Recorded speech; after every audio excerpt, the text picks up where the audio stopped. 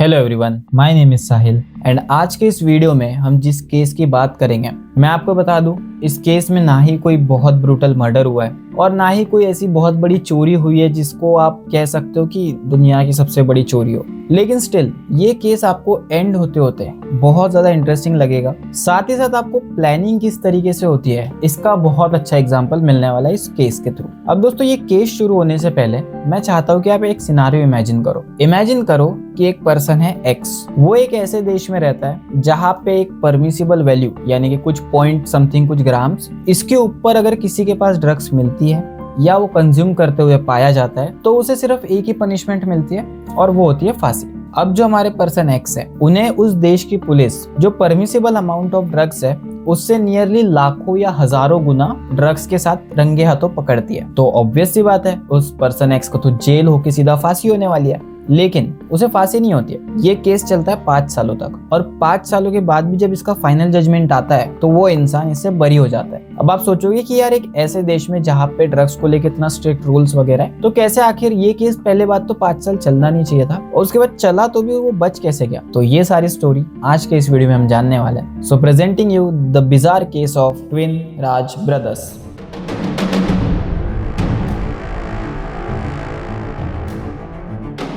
तो दोस्तों, कहानी की शुरुआत होती है मलेशिया के कैपिटल सिटी कुआलालंपुर से। अब कुआलालंपुर में एक इंडियन बेस्ड मलेशियन फैमिली होती है जिसमें 2 भाई होते हैं। एक का नाम होता है सतीश राज और एक का नाम होता है सबरीश राज। अब दोस्तों, सतीश और सबरीश की एक खासियत थी कि ये दोनों भाई ट्विंस थे और ट्विंस भी कुछ इस कदर ट्विंस थे कि दोनों की शक्लें, दोनों के हाव भाव, दोनों के रहने का तरीका, दोनों के बात करने का तरीका, उनके कपड़े पहनने का तरीका, उनके चलने का तरीका, सब कुछ एकदम सरीखा। मतलब इतने ज्यादा सिमिलर कि अगर आप उनके जानने पहचानने वाले भी हो तो भी अगर आप उनसे अभी बात कर रहे हो तो आप ये कंफ्यूज रहोगे कि ये सतीश है या सबरीश है। और ये जो फैमिली है वो इसी कुआलालंपुर सिटी के एक अपार्टमेंट में रहती है। तो दोस्तों, बात है साल 2003 की। साल 2003 अगस्त का महीना 5 तारीख 5 अगस्त 2003 को मलेशियन पुलिस या कह सकते कुआलालंपुर जो पुलिस थी, लोकल पुलिस, उन्हें एक कॉल आता है, एक अननोन कॉल, जिस कॉल में बताया जाता है कि एक पर्टिकुलर अपार्टमेंट है, उस अपार्टमेंट में आज शाम को ड्रग्स सप्लाई होने वाला है।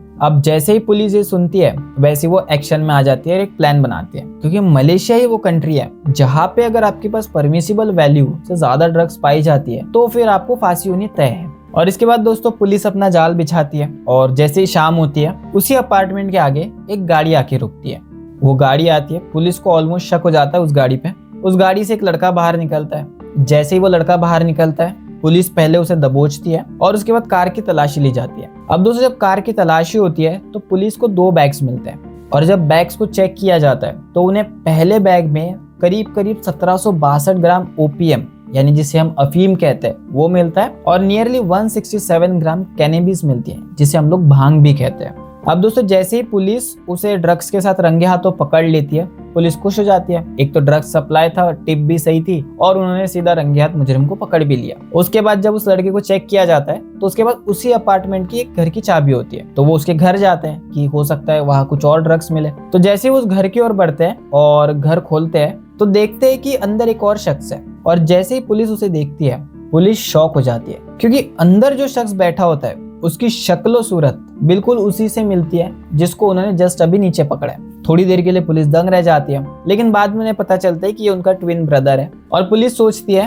क्योंकि ये इसका भाई है, साथ ही साथ ये जो भी अपने ड्रग्स वगैरह है वो इस घर में लेके आ रहा था, तो इसका भाई और ये दोनों इस मामले में शामिल है और दोनों को अरेस्ट करके ले जाती है। और इसके बाद दोस्तों, पुलिस एक केस बनाती है जिसमें वो लिखती है कि सतीश को उन्होंने गाड़ी के पास रंगे हाथों पकड़ा और सबरीश जो कि उसका भाई घर में था उसे घर से अरेस्ट किया और इसके बाद इन दोनों को कोर्ट में प्रेजेंट किया जाता है। अब जैसे ये दोनों भाई कोर्ट में एंटर होते हैं वैसे पहले तो जज उन्हें देख के हैरान हो जाते हैं कि आखिर ये दोनों कैसे, लेकिन उसके बाद ट्रायल शुरू हो जाता है और प्रोसिक्यूशन अपने स्टार्ट करते एक स्टोरी बताना। उनकी स्टोरी के हिसाब से पुलिस ने सबसे पहले सतीश को पकड़ा और उसके बाद उनके जो भाई है सबरीश उसे उन्होंने घर से अगवा किया। साथ ही साथ जो भी क्वांटिटी में उन्हें ड्रग्स मिला सारी चीजें बता देते हैं, लेकिन एक चीज है कि उनके घर से कोई ड्रग्स नहीं मिली, बट क्योंकि वो सतीश जो है वो अपने घर ही जाने वाला था, तो इस वजह से ये अज्यूम कर लिया जाता है कि सबरीश शायद इसमें शामिल होगा। अब दोस्तों इसके बाद डिफेंस लॉयर भी शुरू होते हैं। तो डिफेंस लॉयर सबसे पहले उस केस के चीफ इंस्पेक्टर एन शेखरन, जिन्होंने इन दोनों भाइयों को अरेस्ट किया था ऑन द स्पॉट, उन्हें कटघरे में बुलाते हैं और उनसे सिंपल सवाल पूछते हैं कि उस शाम वहां क्या हुआ था। उसके बाद वो ऑफिसर कहते हैं कि उन्हें एक टिप का कॉल आया था,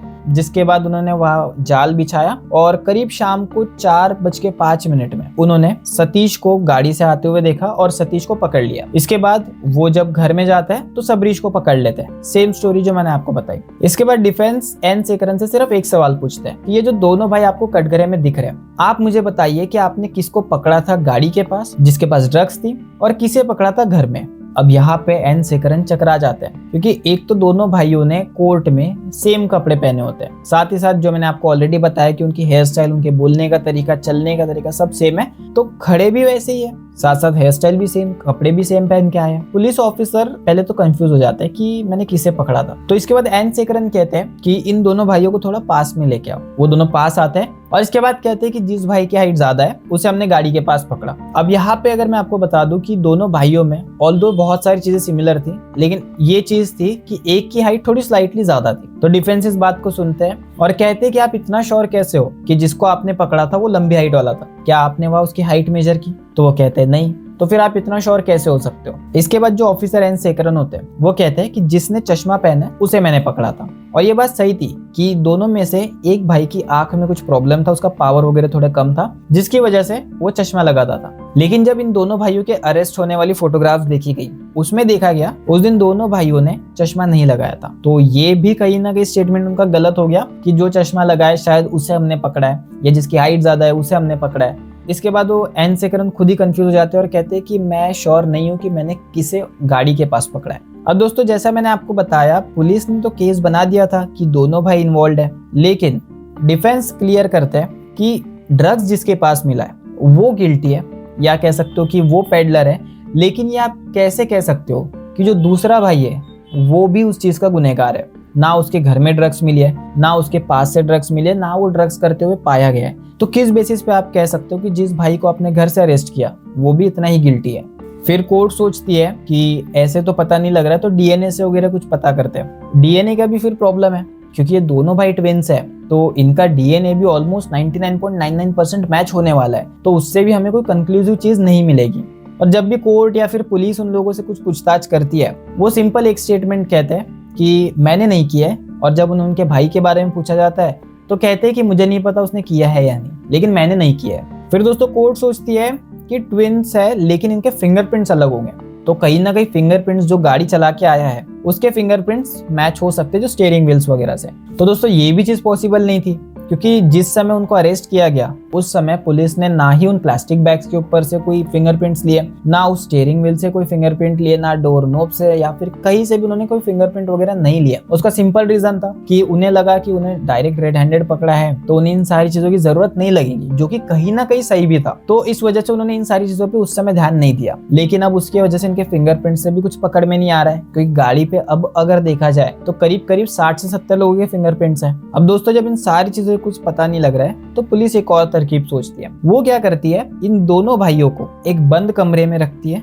कई दिन तक, कभी कभी तो 8-8 10-10 दिन तक के भी उस बंद कमरे में रहे हैं, और वहां पे कुछ कैमरेस और साथ साथ माइक हर जगह फिट करके रख देती है, ताकि अगर ये लोग कुछ बात करे, कुछ भी सस्पेक्टेड बात करे, हो सकता है कभी इन दोनों भाइयों का झगड़ा हो, कोई फ्रस्ट्रेट हो जाए और कुछ कह दे जिससे पुलिस को कुछ केस में आगे बढ़ने में हेल्प मिले। तो ये उन्होंने पुलिस ने सोचा। लेकिन ये दोनों भाई इतने ज्यादा प्लान तरीके से वहां रहते थे, वो बातें भी करते तो कुछ नॉर्मल सी बातें कर रहे होते, लेकिन कभी भी केस से रिलेटेड या फिर कह सकते हो उन दोनों का झगड़ा, ये सारी बातें वहां कभी नोटिस नहीं की गई। अब दोस्तों फास्ट फॉरवर्ड टू 2008 आ गया, लेकिन 5 साल में ये दोनों भाई कभी टूटे नहीं। दोनों भाइयों में किसी ने 5 सालों में ये नहीं कहा कि इसने क्राइम किया है। दोनों भाइयों को जब भी पूछते वो हमेशा जैसे यही कहते कि मैंने नहीं किया, मुझे इसका नहीं पता। इस वजह से पुलिस को कोई लीड मिल ही नहीं रहती और साल 2008 आता है, इन लोगों का जो फाइनल ट्रायल चलता है। उस ट्रायल में जानबूझ के ये दोनों भाई सेम कपड़े पहन के आते हैं, अगेन व्हाइट कलर की शर्ट पहने होते हैं और आते हैं कटघरे में। क्योंकि ये फाइनल ट्रायल है, ऑलमोस्ट सबको पता था कि ये फाइनल ट्रायल है, तो आज किसी न किसी एक भाई को फांसी होके रहेगी, चाहे वो कोई भी हो, लेकिन आज किसी को तो फांसी होगी। लेकिन इसके बाद जज जहारा, जो उनके हाईकोर्ट की जज होती है, जज जहारा, वो एक डिसीजन सुनाती है। उनके हिसाब से ये केस ना सिर्फ मलेशिया बल्कि ओवरऑल वर्ल्ड में भी अगर देखा जाए तो रेयरेस्ट ऑफ रेयर केसेस की लिस्ट में जरूर आता है। इसके अलावा वो ये भी जानती है कि इस कटघरे में जो दो लोग खड़े हैं, इन दोनों में एक अपराधी है लेकिन एक मासूम है। वो कोई गलती 1% भी चांस है गलती करने का, और उस गलती में उस मासूम को अगर फांसी हो जाती है तो ये कहीं भी इंसाफ तो बिल्कुल नहीं होने वाला है। इवन जो इन्वेस्टिगेशन ऑफिसर थे एन सेकरन, वो खुद अगर इन्हें आइडेंटिफाई नहीं कर पा रहे कि उन्होंने किसे पकड़ा था, तो हम लोग शायद कभी नहीं कर पाएंगे। अगर पुलिस उस समय, जिस समय इन दोनों को अरेस्ट किया गया, उस समय ही इन दोनों के ऊपर कोई मार्क कर देती कि किसे घर से पकड़ा है, मार्कर से मार्क कर देते या कोई अलग हथकड़ी से कुछ तो भी ऐसा कर देते जिससे आइडिया लग जाता कि किसे उन्होंने कार के पास पकड़ा है, किसे घर से पकड़ा है, तो शायद ये केस थोड़ा आसान बन जाता। चूंकि ये सब चीजें भी नहीं हुई, तो यहाँ पे फाइनल वर्डिक्ट जो मेरा है कि ये दोनों को मैं आज इस केस से बरी करती हूँ, क्योंकि मैं नहीं चाहती हूँ कि किसी भी बेगुनाह के साथ कोई नाइंसाफी हो। और एक ऐसा देश जहाँ पे ड्रग्स को लेके इतना स्ट्रिक्ट कानून है कि वहाँ फांसी हो जाती है सीधा, जिसके खिलाफ काफी बार अपील हुई है, लेकिन हमेशा वो अपील खारिज ही हुई है कि फांसी हटा देने की ड्रग्स के लिए। तो ऐसे देश में होने के बावजूद ये केस एक तो इतना लंबा चला, साथ ही साथ क्योंकि ये दोनों भाई इतने ऑनेस्ट थे एक दूसरे के लिए और कभी ये दोनों भाई टूटे नहीं।